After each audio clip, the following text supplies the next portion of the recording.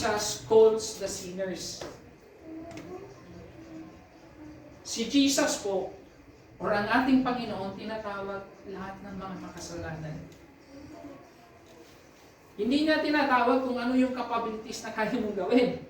Hindi kanya tinatawag dahil sa hindi kanya tinatawag dahil kaya mong mag-handle ng 10 Bible study.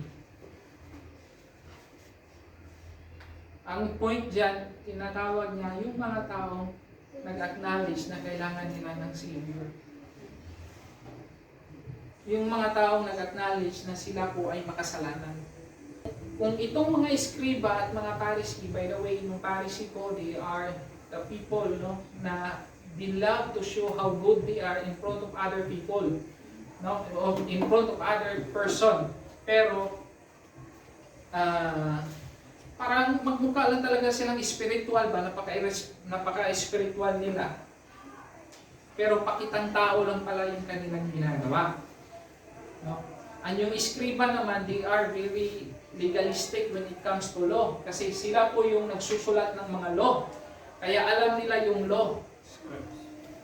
So, whether we like it or not, or whether we acknowledge it or not, we have that kind of attitude, the Pharisaic attitude and the scribe attitude. We know something about the Word of God, and yet we become legalistic to other people because of their action. Na it should not be, no? And even yung itong Pharisees, sinasabi din, no, na itong mga Pharisees na they practice their righteousness before God. But it's not enough. Because the Bible is very clear that in the sight of God, no one is righteous. No one is righteous in the sight of God. And whatever we do, we cannot be righteous before God. And yung righteousness natin ay mayang-tulad lamang sa isang basahan. Ibig sabihin nun, yung lumang paraan ng mga Pariseo, yung kanilang religious work, hindi interesado si Jesus para i-reform ito. Ang pinunta ni Jesus, dinala niya yung totoo, katotohanan, yung paraan, yung daan, at yung buhay.